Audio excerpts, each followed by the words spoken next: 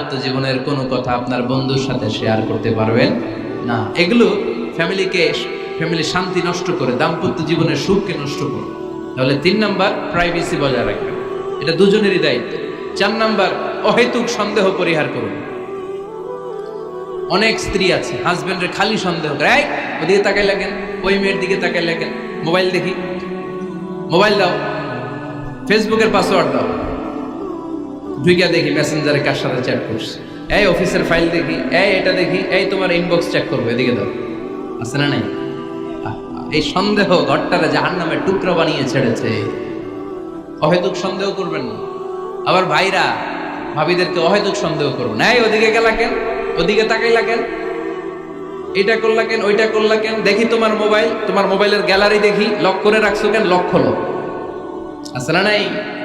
অহেতুক সন্দেহ ফ্যামিলিটারে জাহান্নামের টুকরা বানিয়ে দেয়। হ্যাঁ, ভ্যালিড কোনো অপরাধ যদি স্বামী করে ফেলে, ভ্যালিড কোনো অপরাধ যদি স্ত্রী করে ফেলে, পরকীয়ার কোনো বিষয় যদি প্রমাণিত হয়, বসেন, কনসাল্ট করেন, একে অপরের সাথে কথা বলেন, জিজ্ঞেস করেন।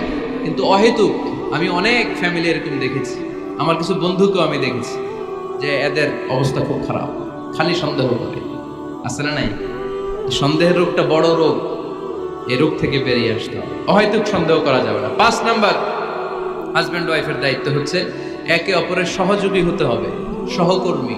আল্লাহর জান্নাত পাওয়ার ক্ষেত্রে একে অপরের সহযোগী। আপনি একা জান্নাতে যাবেন, ভাবি জাহান্নামে, এটা আপনি চান? জি না, আওয়াজ নাই আমাদের গলায়। আপনি এটা চান? ভাবি একা জান্নাতে যাবে, আপনি যাবেন না, এটা ভাবি চায়? চায় না। তাহলে গেলে একসাথেই যান না, একসাথেই যান, একসাথেই যাবেন, আলাদা না। এজন্য আল্লাহর আনুগত্যে, আল্লাহর ইবাদতে, দাম্পত্য জীবনে একে অপরের সহযোগী হতে হবে। স্বামী ভুল করলে স্ত্রী সুন্দর করে শুধরে দিবে, স্ত্রী ভুল করলে স্বামী শুধরে দিবে। ফজরের সময় স্ত্রী হাজবেন্ডকে ডেকে দিবে, উঠতে না চাইলে ঠান্ডা পানির ছিটা দিবে। কারণ জান্নাতে একা যাওয়া যাবে না, গেলে দুইজনই যাবে। কথা কয় না? দুইজনেই জান্নাতে যাওয়ার দরকার আছে না নাই? যত বেশি আপনারা আল্লাহর আনুগত্যে আগাতে পারবেন, তত আপনাদের মহাব্বত বাড়াই দিবে কে? এই যে হাজব্যান্ড ওয়াইফের ভালোবাসাটাকে বলে লাভ পিরামিড। কি pyramid? Love pyramid, like triangle, ত্রিভুজ আকৃতির। হাজব্যান্ড ওয়াইফের ভালোবাসাটা ত্রিভুজ আকৃতির। The closer the couple comes to Allah, the closer they comes to each other. Husband wife যত বেশি আল্লাহর কাছে যাবে, তারা নিজেরাও নিজেদের তত কাছে যাবে। হাজব্যান্ড ওয়াইফ আল্লাহর সম্পর্ক থেকে যত দূরে সরে যাবে, তারা নিজেরাও নিজেদের থেকে তত দূরে সরে যাবে। ঠিক কি না? ত্রিভুজ চিনেন আপনারা? হ্যাঁ, এই জিওয়, কয়েকজন জিওয়, আপনারা ত্রিভুজ চিনেন না? চিনি, জিওয়, ঠিক আছে। ত্রিভুজের কয় কোণা? হ্যাঁ, 3 কোণা। এই যে এরকম লাভ পিরামিড, 3 কোণা। এই উপরের কোণায় আল্লাহর অবস্থান, আর এই কোণায় স্বামী, এই কোণায় স্ত্রী। তো তারা আল্লাহর দিকে যত যাবে, নিজেরাও তত কাছে যাবে। আর তারা আল্লাহর সম্পর্ক থেকে যত দূরে চলে যাবে, নিজেদের মধ্যে দূরত্ব বাড়তে থাকবে। ঠিক কিনা? পিরামিডটা বুঝতে পারছেন? ত্রিভুজ আকৃতির সম্পর্কটা লাভ পিরামিড এরকম, 3 কোণা। উপরের কোণায় থাকে আল্লাহ, এদিকে স্বামী, এদিকে স্ত্রী। তারা যদি আল্লাহর কাছে উভয়ে যেতে চায়, উভয়ে কাছাকাছি আসতেছে না? কথা বলেন না কেন? আর আল্লাহর আনুগত্য ইবাদত থেকে দুইজন যদি দূরে সরে যায়, তাহলে দুজনের দূরত্ব বাড়িয়ে দেয় কে? এজন্য স্বামী হবে স্ত্রীর সহযোগী, সহকর্মী। নামাজের সময় একে অপরকে ডেকে দিবেন, মোবাইলে অ্যালার্ম দিয়ে রাখবেন। স্বামী স্ত্রীর ডাকেন, স্ত্রী স্বামীরে ডাকেন। স্বামী স্ত্রীকে কোরআন তেলাওয়াত শোনাবেন, স্ত্রী স্বামীরে কোরআন তেলাওয়াত শোনাবেন। ফ্যামিলিটারে জান্নাতি ফ্যামিলি বানায় দিবে কে? তাহলে এই 5টার দায়িত্ব কালেকটিভ রেসপন্সিবিলিটি, স্বামীর উপরও বর্তায়, স্ত্রীর উপরও বর্তায়। এগুলো মেনে চললে দাম্পত্য জীবন সুখকর করে দিবে কে? মনোযোগ আছে? কষ্ট হচ্ছে? এবার আমরা হাজব্যান্ডের দায়িত্ব শুনি।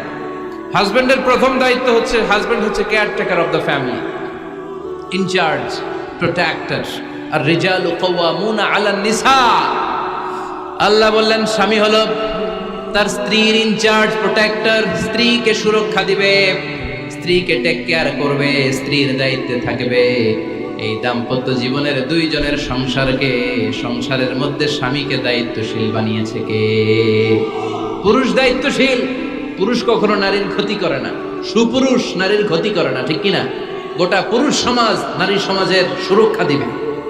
যেগুলো নারীকে একান্তে পেলে রেপ করে, যে ঢাকা বিশ্ববিদ্যালয়ে একটা রেপের ঘটনা ঘটছে না, যে এই বেয়াদবটা এই কাজ করেছে, এটা কি পুরুষ না কুপুরুষ? এটা কি সুপুরুষ না কুপুরুষ? সুপুরুষ নারীর প্রোটেকশন দেয়, নারীর টেক কেয়ার করে, তার ইনচার্জ, তার দায়িত্বশীল। দাম্পত্য জীবনে অর্থনৈতিক যত দায় দায়িত্ব আছে সব আল্লাহ তাআলা পুরুষের কাঁধে দিয়েছে। কার কাঁধে? এই দাম্পত্য লাইফে নারীর কোনো অর্থনৈতিক দায় দায়িত্ব নারীর কাঁধে আল্লাহ দেয় নাই।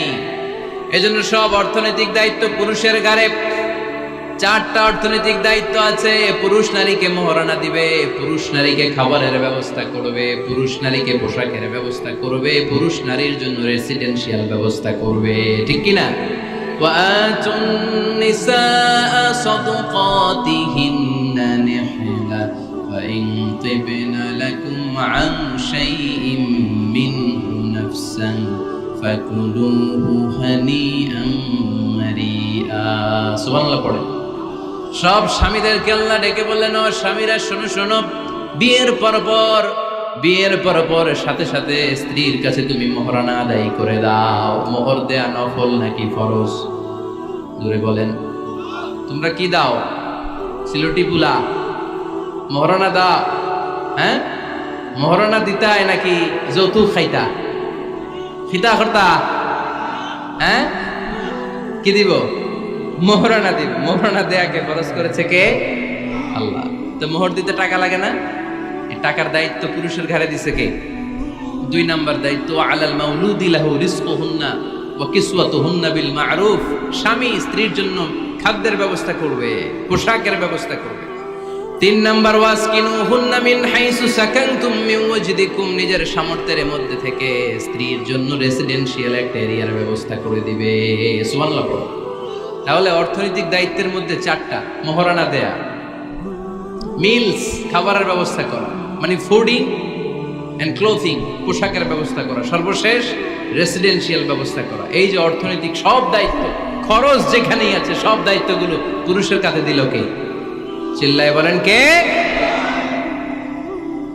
খরচের সবকিছু আল্লাহ তাআলা পুরুষের কাঁধে দিয়েছে। এটা হচ্ছে পুরুষের ফিনান্সিয়াল দায়িত্ব। এবার দাম্পত্য জীবনে পুরুষের নন ফিনান্সিয়াল কিছু দায়িত্ব আল্লাহ তাআলা দিয়েছে, এগুলো আমরা শুনি। এদিকে ওঠাওটি করলেন কে কে দেখি? আটকান, এদেরকে আটকান। ধরেন ধরেন, এদেরকে ধরেন। হ্যাঁ, কি হয়েছে? শেষ করে দিব তো? খিতা হইতা? হ্যাঁ, জোরে মাতো। চলবে চলবে? হ্যাঁ, তাকবীর পড়েন তো দেখি। যারা চলবে বলতেছেন লিল্লাহি তাকবীর।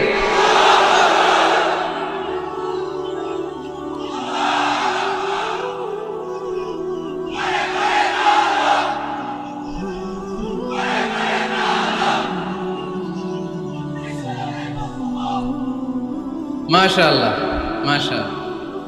এবার দাম্পত্য জীবনে নন ফিনান্সিয়াল পুরুষের যে দায়িত্ব আছে সেটা আমরা শুনবো। 1 নাম্বার দায়িত্ব হচ্ছে, স্বামীর উচিত স্ত্রীর সাথে ভালো আচরণ করা।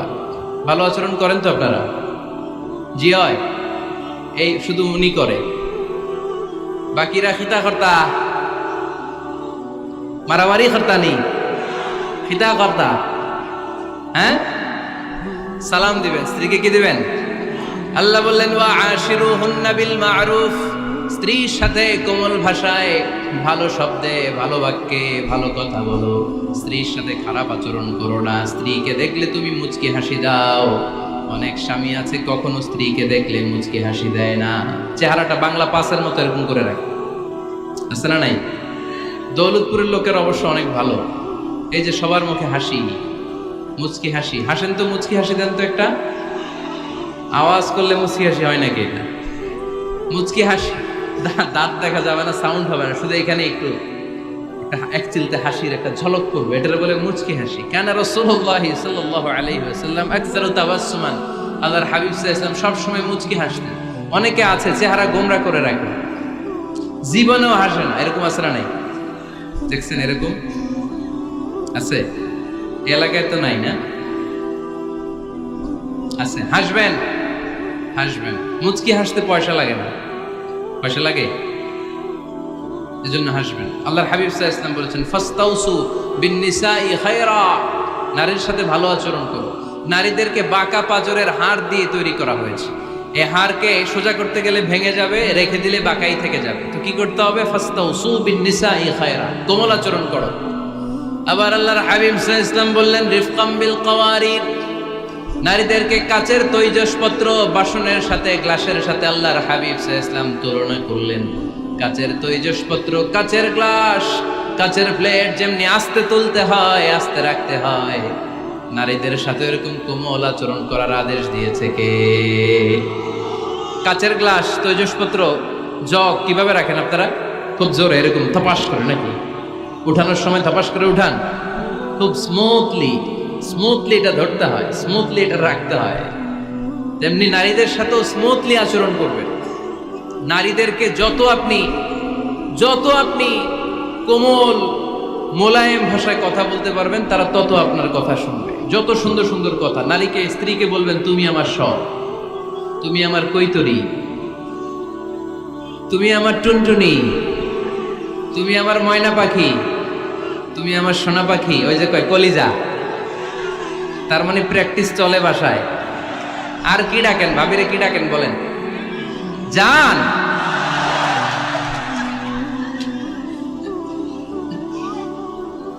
জান ডাকেন। আর ভাবি কি ডাকে আপনাদেরকে? বাবু। কি ডাকে? বাবু ডাকে। আর কি ডাকে? হ্যাঁ, বেবি। পোলাপান কত দুষ্ট দেখছেন, বেবি ডাকে নাকি? স্বামী স্ত্রীর মধ্যে এই সোহাগপূর্ণ, এই ভালোবাসাপূর্ণ এই ডাকাডাকিতে কোনো গুনাহ নাই, আছে সওয়াব। এগুলো দাম্পত্য জীবনকে সুখময় করে, ঠিক কিনা? তাহলে স্ত্রীদের সাথে কোমল আচরণ করতে হবে, 1 নাম্বার দায়িত্ব। 2 নাম্বার দায়িত্ব, স্ত্রীর সেক্সুয়াল ডিজায়ারকে ফুলফিল করতে হবে। সেনসিটিভ, যেগুলো ব্যাখ্যা করে বোঝানো কঠিন। আপনারা বুঝবেন যারা ম্যাচিউরড, মোর দেন 18 ইয়ার্স, যারা 18+ যাদের বয়স, সেক্সুয়াল ডিজায়ার ফুলফিল করা হাদিসে এসেছে, এটা স্বামীর দায়িত্ব। ফিজিক্যাল ইন্টিমেসির সময় নিজের ডিজায়ার ফুলফিল হলেই কুইট না করা, সময় দেয়া, এটা আবশ্যক। এই বিষয়েও প্রত্যেক স্বামীর খেয়াল রাখা দরকার। সংক্ষেপে শেষ করে দিলাম। 3 নাম্বার, স্ত্রীর ব্যক্তিগত বৈধ কাজে স্বাধীনতা দিতে হবে স্বামীর। অনেক স্বামী এই ছোট্ট বিষয় নিয়ে মারামারি লাগায় ফেলে ঘরে। স্ত্রীর ব্যক্তিগত বৈধ যে চয়েস, এটাতে আপনি স্বাধীনতা দিবেন। স্ত্রীর মনে চায় রান্না বান্না শিখতে, আপনি বললেন তুমি কম্পিউটার শিখো, কিলাকিলি আছে না নাই? স্ত্রীর মনে চায় কাঁথা সেলাই শিখতে, নকশি কাঁথা, আপনি বললেন না তুমি ল্যাঙ্গুয়েজ শিখো, ঝামেলা আছে না নাই? না, প্রত্যেকের আলাদা ব্যক্তিগত রুচি, চাহিদা, মতামতের গুরুত্ব আছে না নাই? এজন্য প্রত্যেক স্বামীর উচিত স্ত্রীর বৈধ ব্যক্তিগত যে কাজ, অবৈধগুলা না। আবার স্ত্রী বলল যে জি বাংলা দেখবো, তুমি একটা টিভি নিয়ে আসো, আনা যাবে? কথা বলেন। স্ত্রী বলল চলো 1 বৈশাখে আমরা নাচানাচি করব, তুমি আর আমি মিলে, এটা মানা যাবে না। স্ত্রীর ব্যক্তিগত বৈধ কাজের স্বাধীনতা দেয়া। আম্মা জান আয়েশা রাদিয়াল্লাহু তাআলা আনহা বলেন, ওয়া কানা লি সাওয়াহিবু ইয়ালআবনা মাই, বুখারীর বর্ণনা। আমি যখন আল্লাহর হাবিব সাল্লাল্লাহু আলাইহি ওয়াসাল্লামের বাড়িতে বউ হয়ে আসলাম, আমার কিছু খেলার সাথী ছিল। আমি কাপড় দিয়ে পুতুল বানাতাম আর ঘোড়া বানাতাম, এগুলো দিয়ে খেলতাম। আমার সাথীরা আসলে রাসূল সাল্লাল্লাহু আলাইহি ওয়াসাল্লাম ঘরের পর্দা নামিয়ে দিয়ে আমার জন্য ঘরটা ছেড়ে দিত। সুবহানাল্লাহ কইতে পারলেন না? আল্লাহর হাবিব সাল্লাল্লাহু আলাইহি ওয়াসাল্লাম কখনো বলতেন না আয়েশা তোমার বান্ধবীরা যেন ঘরে না আসে, কখনো বলতেন না আয়েশা আমি নবী মানুষ, তুমি নবীর বউ, তুমি কেন পুতুল দিয়ে